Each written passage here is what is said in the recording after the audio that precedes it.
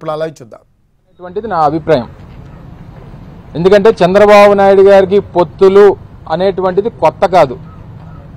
ఓ పక్క జగన్మోహన్ రెడ్డి గారు ఏ బహిరంగ సభలో మాట్లాడినా, ప్రజలను ఉద్దేశించి ఏ సందర్భంలో మాట్లాడినా, గడిచినటువంటి 5 సంవత్సరాలుగా నేను ముఖ్యమంత్రిగా మీకు మంచి చేసుంటేనే, మీ కుటుంబానికి మంచి జరుగుంటేనే నాకు ఓటు వేయండి అని చెప్పి ఒక పక్క జగన్మోహన్ రెడ్డి గారు చెప్తా ఉంటే, మా పొత్తులు చూసి ఓటేయండి అని చెప్పి చంద్రబాబు నాయుడు గారు, పవన్ కళ్యాణ్ గారు మాట్లాడుతూ ఉన్నారు. ఇప్పుడు మళ్ళీ కొత్తగా మూడో కృష్ణను కూడా తీసుకొచ్చినటువంటి సందర్భాన్ని మనం చూస్తూ ఉన్నాం. అయితే నాకు తెలిసి బహుశా ఆంధ్రప్రదేశ్, ఉమ్మడి ఆంధ్రప్రదేశ్లో కానివ్వండి, ఇప్పుడు కానివ్వండి, చంద్రబాబు నాయుడు గారు పొత్తు పెట్టుకుంది ఒక్క వైఎస్ఆర్ కాంగ్రెస్ పార్టీతో తప్ప రాష్ట్రంలో ఉన్నటువంటి అన్ని రాజకీయ పార్టీలతో పొత్తు పెట్టుకున్నటువంటి నాయకుడు చంద్రబాబు నాయుడు గారు. జనసేన కానివ్వండి, బీజేపీ కానివ్వండి, కాంగ్రెస్ కానివ్వండి, సిపిఐ కానివ్వండి, సిపిఎం కానివ్వండి, ఇంకెవరు మిగిలిపోతే ఒక కేఏ పాల్ మిగిలిపోయి ఉండాలి తప్ప అందరితో కూడా పొత్తులు పెట్టుకున్నటువంటి ఒక చరిత్ర చంద్రబాబు నాయుడు గారికి ఉంది. అలాగని చెప్పి ఎప్పుడన్నా ఒంటరిగా చంద్రబాబు నాయుడు గారు పోటీ చేసేటువంటి సాహసం ఎప్పుడన్నా చేశాడా అంటే చేయకి మనం 2019లో సాహసం చేశాడు. ఏ రకమైనటువంటి ఫలితం వచ్చిందో కూడా మనం చూసాం. సో ఈ రకమైనటువంటి పరిస్థితుల్లో ఓ పక్క ఎన్నికల సంగ్రామానికి రాష్ట్రం, దేశం అంతా కూడా సమాయత్తం అవుతున్నటువంటి సందర్భంలో పొత్తుల సంగ్రామంలో చంద్రబాబు నాయుడు గారు తలమునకలైపోయినటువంటి సందర్భాన్ని మనం చూసాం. మేము ఒక పక్క ఎన్నికలకి సిద్ధం అని చెప్పి వైఎస్ఆర్ కాంగ్రెస్ పార్టీ జగన్మోహన్ రెడ్డి గారి నాయకత్వంలో మేం చెప్తా ఉంటే, అమిత్ షా గారి ఇంటి దగ్గర మేం సిద్ధం అని చెప్పి చంద్రబాబు నాయుడు గారు, పవన్ కళ్యాణ్ గారు అనడం మనం చూస్తూ ఉన్నాం.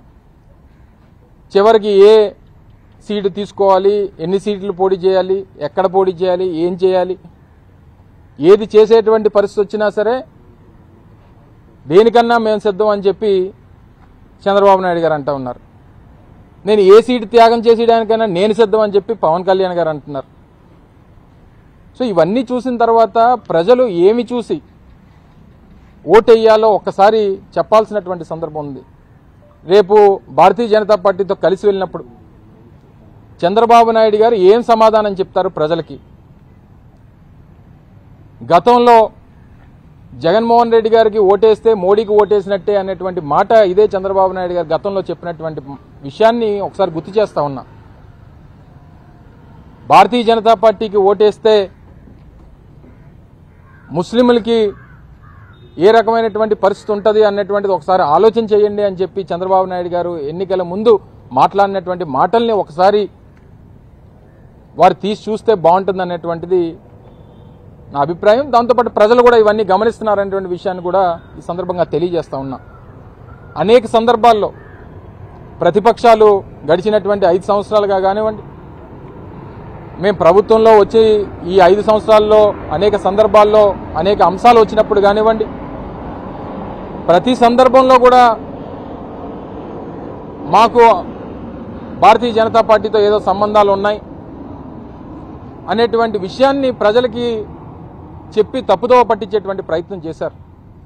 నేను అనేక సందర్భాల్లో మా పార్టీ తరఫున అనేక సందర్భాల్లో నేను వివరణ కూడా ఇచ్చా. భారతీయ జనతా పార్టీకి, వైఎస్ఆర్ కాంగ్రెస్ పార్టీకి ఉన్నటువంటిది కేంద్ర ప్రభుత్వానికి, రాష్ట్ర ప్రభుత్వానికి ఉన్నటువంటి సంబంధమే తప్ప రాజకీయపరమైనటువంటి సంబంధాలు లేవు అనేటువంటి విషయాన్ని చెప్పడం జరిగింది. కేంద్రంలో ప్రభుత్వంలో ఉన్నటువంటి పార్టీ భారతీయ జనతా పార్టీ, రాష్ట్రంలో ప్రభుత్వంలో ఉన్నటువంటి పార్టీ వైఎస్ఆర్ కాంగ్రెస్ పార్టీ.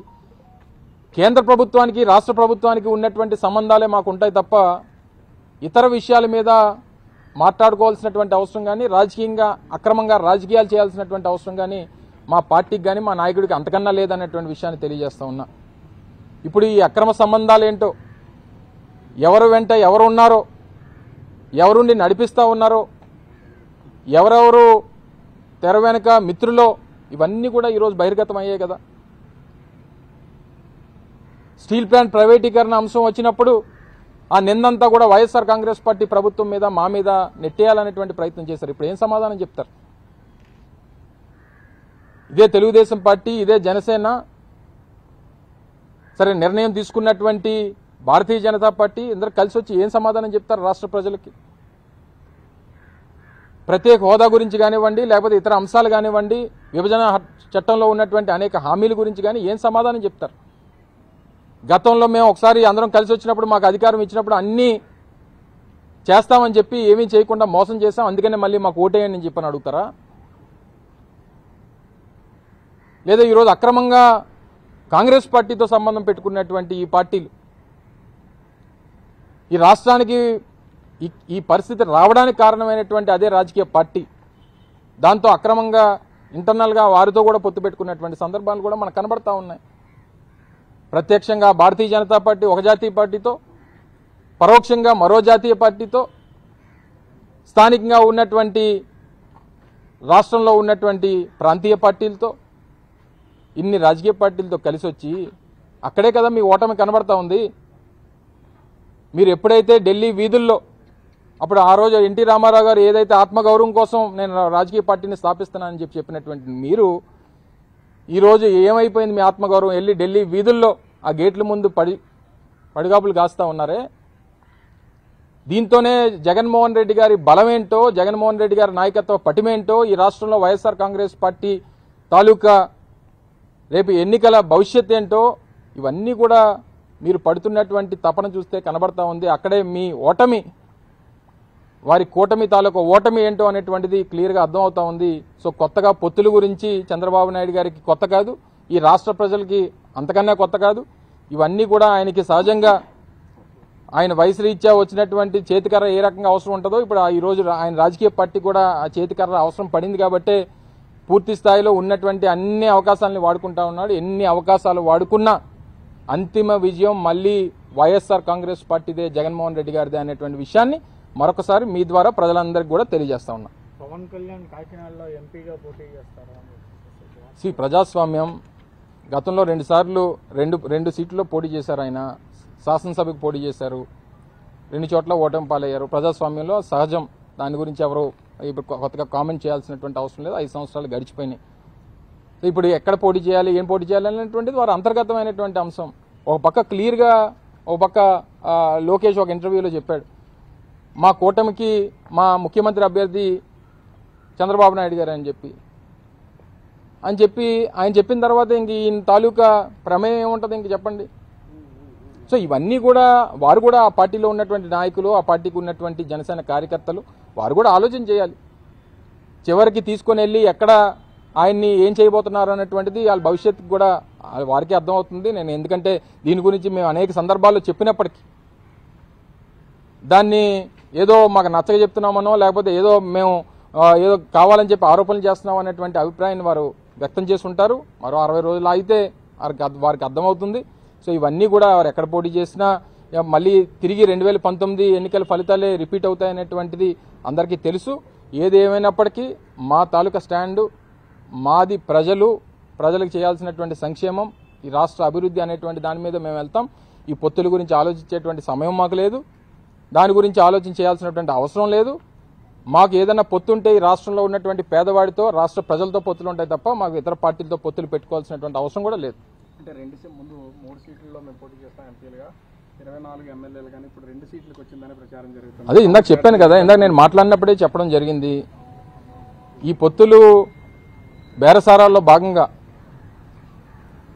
ఉన్నటువంటి సీట్లని ఇంకా నేను త్యాగం చేయడానికి చంద్రబాబు నాయుడు గారి కోసం నేను సిద్ధంగా ఉన్నాననేటువంటి విషయం అర్థమవుతా ఉంది. 3 పార్లమెంట్లు అన్నారు, ఇప్పుడు మళ్ళీ 2 పార్లమెంట్లు అంటున్నారు. ఇద్దరికి కలిపి 30 సీట్లు ఇస్తామంటే సరే నాకు ఇచ్చిన 24లో మరో 2 ఇచ్చేస్తాను భారతీయ జనతా పార్టీకి అని చెప్పి అంటున్నారు అనేటువంటిది మాకు వస్తున్నటువంటి మీ మిత్రుల ద్వారా వస్తున్నటువంటి సమాచారం. ఏదేమైనప్పటికీ వాళ్ళు ఏ రకంగా పంచుకుంటారు, ఏ రకంగా పోటీ చేస్తారు అనేటువంటిది మాకు అసందర్భం, మాకు అవసరం లేనటువంటిది ప్రజలన్నీ కూడా గమనిస్తూ ఉంటారు. సో దీని గురించి మేము ఎక్కువగా ఆలోచన చేయాల్సినటువంటి అవసరం లేదు. ఒక రాజకీయ పార్టీగా మా తాలూకా అభిప్రాయాన్ని, ఇప్పుడు ఉన్నటువంటి రాజకీయ పరిస్థితుల్ని చెప్పాల్సినటువంటి అవసరం మా మీద ఉంది కాబట్టి దాన్ని మీ ద్వారా ప్రజలకు తెలియజేస్తాం. ఆంధ్రాకి సంబంధించి ముఖ్యంగా పవన్ కళ్యాణ్ అటు కాకినాడే కాదు, మీ అనకాపల్లి నియోజకవర్గం ఎంపీగా పోటీ చేస్తారనేది కూడా ఉంది. అంటే మొన్నటి వరకు మీరు చాలా పరుషంగా మాట్లాడుతున్నారు పవన్ కళ్యాణ్ మీద. నేను ఇప్పుడు ఎంత గౌరవంగా మాట్లాడానండి, ఇప్పుడు ఎంత గౌరవంగా మాట్లాడాను. రెండోది మొన్న నాకు స్టాండ్ మార్చుకోవాల్సిన అవసరం లేదు చెప్తున్నా. ఇప్పటికన్నా అంటే పరుషంగా మాట్లాడినప్పుడు అర్థం అవ్వకపోవచ్చు. మేము జరిగేటువంటి వాస్తవం గురించి చెప్తుంటే సరే అర్థం చేసుకుంటారనేటువంటిది మా అభిప్రాయం. ఏదేమైనప్పుడు మొన్నటి వరకు నాగేంద్రబాబు గారు పోటీ చేస్తారన్నారు. ఆయన 3 రోజులు వచ్చారు, మళ్ళీ 3 రోజుల తర్వాత వెళ్ళిపోయారు. ఇప్పుడు మళ్ళీ పవన్ కళ్యాణ్ గారు అంటున్నారు. సరే ఎవరు పోటీ చేసినా సరే పలానా వాళ్ళు పోటీ చేస్తున్నారని చెప్పి అవతల వాళ్ళు పోటీ చేయడం మానేస్తారా, లేకపోతే పలానా వాళ్ళు పోటీ చేస్తే బాగుంటుందని చెప్పి లేకపోతే ఆశపడతారా ఎవరన్నా చెప్పండి. ప్రజాస్వామ్యంలో ఎవరు ఎక్కడి నుంచి అన్నా ఏ నియోజకవర్గం నుంచి అన్నా పోటీ చేయొచ్చు. సో దాని గురించి పెద్దగా మేము ఆలోచన చేయాల్సినటువంటి అవసరం లేదు. మా స్టాండు మా తాలూకా సోషల్ ఇంజనీరింగ్ ఏదైతే ఉందో దాన్ని ఫాలో అవుతూ వైఎస్ఆర్ కాంగ్రెస్ పార్టీ ముందుకెళ్తుంది. పవన్ కళ్యాణ్ గారికి సరైన క్యాండిడేట్ లేకపోవడం వల్ల ముద్రగడ గారిని ఆహ్వానించడం జరిగింది అనే టాపిక్ నడుస్తుంది. ముద్రగడ గారు కూడా సరే వారు మాట్లాడలేదు, కానీ వారితో మాట్లాడినటువంటి వారు క్లియర్గా చెప్పారు. వారు ఏది ఎందుకంటే ఆయన తాలూకా మనస్తత్వం తెలిసినటువంటి వ్యక్తిగా ఆయన ఏ రోజు ఏది ఆశించి ఏది చేయడు. చాలా స్ట్రైట్ ఫార్వర్డ్గా ముద్రగడ పద్మనాభం గారు ఉంటారు. ఆయన దేనికో ఆశించి చేసేటువంటి వ్యక్తిత్వం ఆయనకు కాదు. దాని గురించి ఎవరో క్యాండిడేట్లు మొన్న గాజువాకలో పోటీ చేశారు కదా 2019లో. ఇప్పుడు ఎవరు మా క్యాండిడేట్ ఎవరు? నాగిరెడ్డి గారు. అక్కడ మైనర్ కమ్యూనిటీ అయినప్పటికీ మేము విజయం సాధించాము. ఇదంతా కూడా ఎన్నికలకు రేపు సహజంగా 2024 ఎన్నికలే కాదు, ఏ సార్వత్రిక ఎన్నికలన్నా లీడర్షిప్ మధ్యలోనే ఎన్నికలు జరుగుతాయి. జగన్మోహన్ రెడ్డి గారు వర్సెస్ చంద్రబాబు నాయుడు మధ్యలోనే ఎన్నికలు జరుగుతాయి తప్ప కిందన ఎవరున్నారు ఏంటి అనేటువంటిది పెద్ద ఎక్కువ పర్సెంటేజ్ ఆ ఇంపాక్ట్ అనేటువంటి దాని మీద ఉండదు. సో ఇందులోని పలానా వాళ్ళు పోటీ చేస్తున్నారు, పవన్ కళ్యాణ్ పోటీ చేస్తున్నారని అమర్నాథ్ తీసుకుని వెళ్ళి అనకాపల్లి పార్లమెంట్లో పోటీ చేస్తారా అంటే ఆ రిక్వైర్మెంట్స్ లేకపోతే దాని మీద మేము ఎక్కువ ఆలోచించాం. మా సోషల్ ఇంజనీరింగ్ మా రాజకీయపరమైనటువంటి సమీకరణలు మేము ఆలోచించుకొని మేము సీట్లు పోటీ పెడతాం తప్ప ఎవరో ఎక్కడో పోటీ చేస్తున్నారు కాబట్టి మేము పలానా వాళ్ళు తీసుకొచ్చి పెడతాం అనేటువంటిది వైఎస్ఆర్ కాంగ్రెస్ పార్టీలో ఉండదు. ముద్రగడ గారు వైసీపీ గవర్నమెంట్ వచ్చాక సైలెంట్ అయిపోవడానికి గల కారణం ఈ సీటు కోసమే అని చెప్పేసి కూడా వార్తలు నడుస్తున్నాయి. ఒకటి నిజంగా అవన్నీ వాస్తవం అయి ఉంటే జగన్మోహన్ రెడ్డి గారు 2019 ఎన్నికలకు ముందు అదే నాకు తెలిసి ప్రతిపాడులో అనుకుంటా, ప్రతిపాడులో జగంపేటలో అనుకుంటా కాపులకు సంబంధించినటువంటి స్టాండు మా పార్టీ స్టాండ్ని చెప్పడం జరిగింది. ఏదన్నా ఉన్నప్పుడు ఉన్నది చేయగలిగింది మేము చెప్పాలి తప్ప లేనిది మేమేదో చెప్పి మేము కాపుల దగ్గర లేకపోతే ప్రజల దగ్గర మాట అనిపించుకునేటువంటి తత్వం మాది కాదు. చంద్రబాబు నాయుడు గారు చెప్పిన దానికి మేము చెప్పిన దానికి వ్యత్యాసం ఉంది కదా. సో చంద్రబాబు నాయుడు చెప్పాడు కాబట్టి ఆయన అడిగారు. సో మేము మా స్టాండ్ అని చెప్పాము, మేము స్టాండ్కి కట్టుబడి ఉన్నాం, దాని ప్రకారం చేస్తాం. గతంలో ఏ ప్రభుత్వం చేయనటువంటి దాదాపు 30-35 వేల కోట్ల రూపాయలు కాపుల సంక్షేమం కోసం ఖర్చు పెట్టింది వైఎస్ఆర్ కాంగ్రెస్ పార్టీ ప్రభుత్వం. సో ఇవన్నీ మ్యాటర్ అవుతాయి. ఇప్పుడు ప్రతిదానికి ఆయన్ని అడిగారు కాబట్టి మిమ్మల్ని ఎందుకు అడగలేదంటే ఆయన చెప్పింది ఏం చేయలేదు కాబట్టి ఆయన అడిగాడు. మేము చెప్పినవన్నీ చేస్తున్నాం కాబట్టి మమ్మల్ని అడగలేదేమో. నేతలు ఎవరైతే ఉన్నారో వీళ్ళని కాపు ఓటు